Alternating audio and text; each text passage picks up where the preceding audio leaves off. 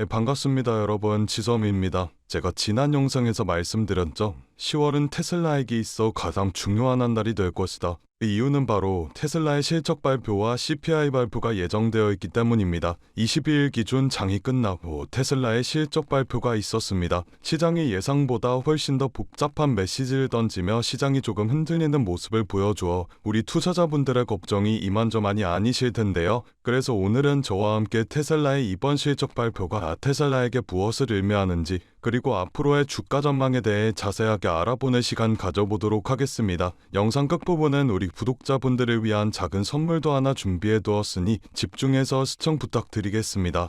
테슬라의 3분기 매출은 전년 대비 12% 증가, 그리고 시장의 예상치를 상회하였습니다. 여기까지만 본다면 꽤 좋은 결과가 나와주었네 라고 하실 수도 있습니다. 자동차 매출은 6%가 증가하였지만 순이익은 37%나 감소하였습니다. 이번 유럽 지역의 전기차 판매 둔화, 그리고 미국 전기차 시장의 불안정성이 복합적으로 작용이 된 결과로 보이는데, 여기에 최근 이어진 관세 문제, 배터리 공급 불확실성도 테슬라에게 부담이 된 것으로 보입니다. 그로 인해 테슬라 주가가 소폭 하락하는 모습이 나와주었는데, 하지만 이런 상황 속에서도 테슬라의 수요를 다시 한번 끌어올릴 히어로 모델이 등장하였습니다. 바로 모델 Y입니다.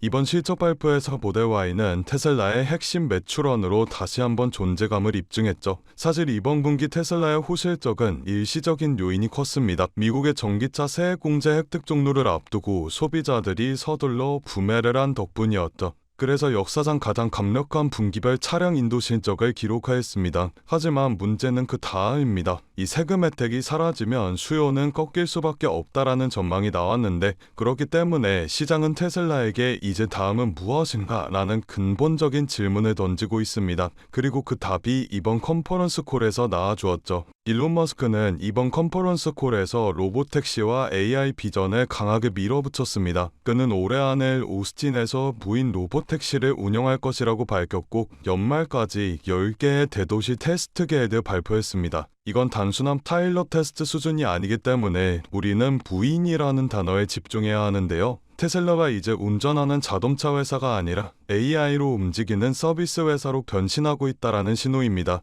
머스크는 이번에도 단호했습니다. 테슬라의 미래는 자율주행과 로보택시에서 결정된다. 즉 차량 판매로 버는 이익보다 이 AI 서비스에서 벌어들이는 수익 모델로의 전환이 본격화되고 있다라는 겁니다. 그렇기 때문에 이번 실적은 단순히 좋다 나쁘다로 끝날 수 있는 보고서가 아닙니다. 이건 변화의 시작점이라고 볼 수가 있죠. 이 3분기 실적을 통해 확인이 된 건 테슬라가 이제 제조업의 틀을 벗어나고 있다라는 겁니다. 전기차를 만드는 제조사에서 AI와 자율주행 데이터를 기반으로 움직이는 테크 기업으로의 전환이 가속화가 되고 있죠. 그리고 이건 단계적인 실적보다 훨씬 더 큰 가치라고 볼 수가 있습니다. 테슬라는 이제 자동차를 한 대 파는 게 아니라 그 안에서 데이터를 팔고 알고리즘을 팔고 AI를 판매하는 기업이 되고 있죠. 물론 실적 발표 이후 주가는 일시적으로 흔들렸습니다. 투자자들의 우려가 반영이 된 결과죠. 하지만 여러분들, 시장은 항상 숫자보다 방향성을 더 중요하게 여깁니다.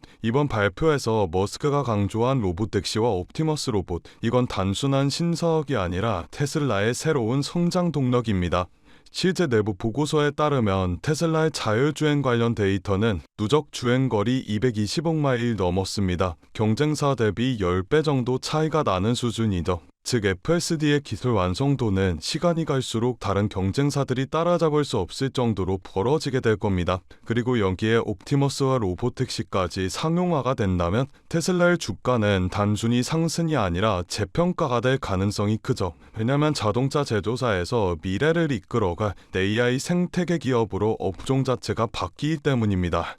여러분, 현재 시장은 변동성이 큽니다. 금리 이슈, 글로벌 경기 둔화, 전기차 수요 감소 등등 단계적으로는 흔들릴 수밖에 없는 구간이라고 보고 있는데, 여기서 중요한 건 그럼에도 불구하고 테슬라가 나아가고 있는 방향은 단 하나라는 겁니다. 테슬라는 단순한 자동차 회사가 아니라 AI와 로봇, 에너지를 아우르는 종합 기술 기업으로 진화하고 있죠. 그렇기 때문에 지금의 조정은 테슬라에게 있어 멈춤이 아니라 숨고르기 구간이라고 볼 수가 있으며 다음 도약을 위한 단단한 발판을 만들어가고 있다라고 볼 수가 있습니다. 머스크의 말처럼 AI가 완성되고 로보택시가 상용화되는 순간 테슬라는 단순한 주식이 아니라 새로운 산업의 기준이 될 겁니다. 지금의 테슬라는 과거에 애플이 아이폰을 내놓기 직전의 모습과도 같습니다. 그때도 아무도 몰랐죠. 이 제품 하나가 세상을 송두리째 바꿔놓을 것을요.